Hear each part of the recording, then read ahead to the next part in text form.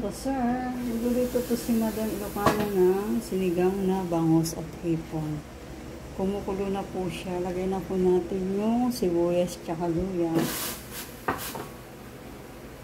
Sunod na rin po natin yung kamatis. Tapos takpan natin. Ayan, kulong-kulo na po. Lagay na rin po natin yung bangus.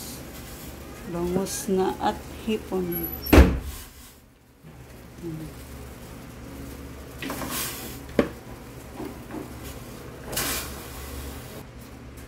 Lagyan na rin po natin yung hipon. Tapos takpan po ulit natin. Kapag kumulo po ulit, ilagay na rin po natin yung gulay.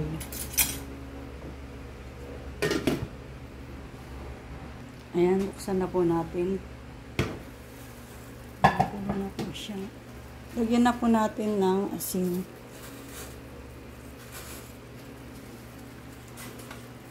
Tapos pamintang buo.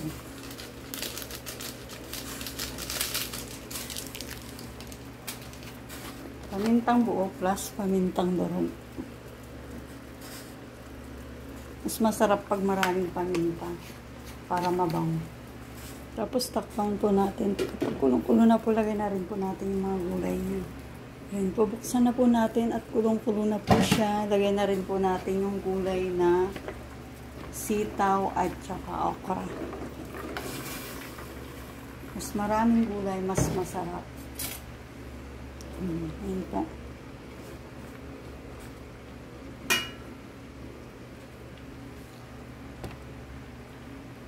Sabay na rin po natin yung kangkong. Kasi medyo matigas yung tangkay niya. Kaya sabay na po natin. Ayan. Ang sarap po ng sinigang na bangus at hipon ni Madam.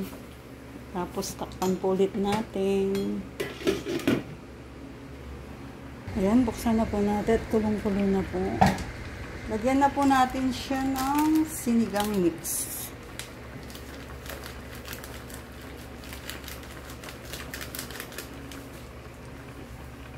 Tapos lagyan na rin natin ng siling manghang.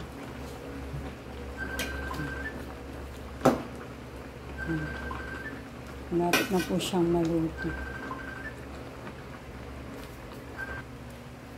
Ayan, tikman nga natin kasi luto na po siya. Ang sarap naman ng sinigang.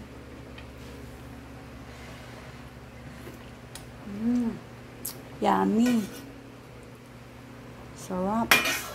Ang sarap po ng sinigang na bangus with hipon ni Madam plus gulay na okra, sitaw at kangkong. Yummy.